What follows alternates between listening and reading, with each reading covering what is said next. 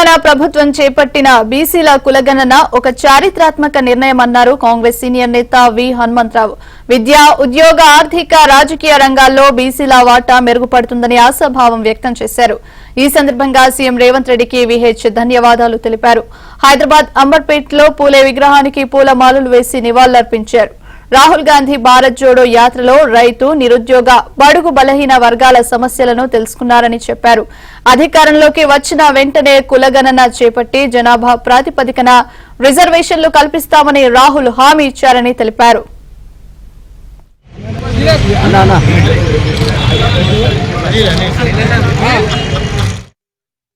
18th సెంచరీలో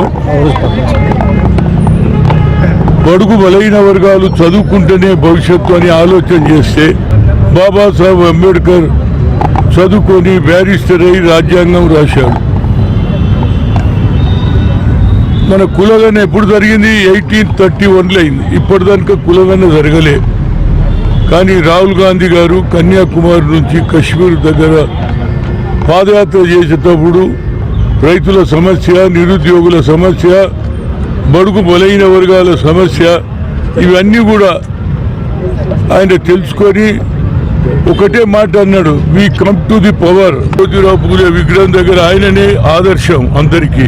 అందుగురించి ఆయన పూలతో సత్కారం చేసి వచ్చే తరం వారు గారు అన్ని జిల్లాలలో ఎక్కడెక్కడైతే మహాత్మా జ్యోతిరావు పూలే ఉందో అక్కడ అన్ని దగ్గర కూడా గులాలు అర్పించి ఆయనకు నివాళులు అర్పించాలని కోరుతూ వచ్చే తరంలో తప్పనిసరిగా కులగణ జరిగితే మన పర్సెంటేజ్ పెరుగుతుంది, మనం మంచి ఉద్యోగాలు వస్తుంది, అదేవిధంగా రాజకీయంగా కూడా మనకు మెరుగుపడుతుంది అనేది నా ఉద్దేశం. ఏదైనా ఒక మంచి నిర్ణయం తెలంగాణలో జరిగింది.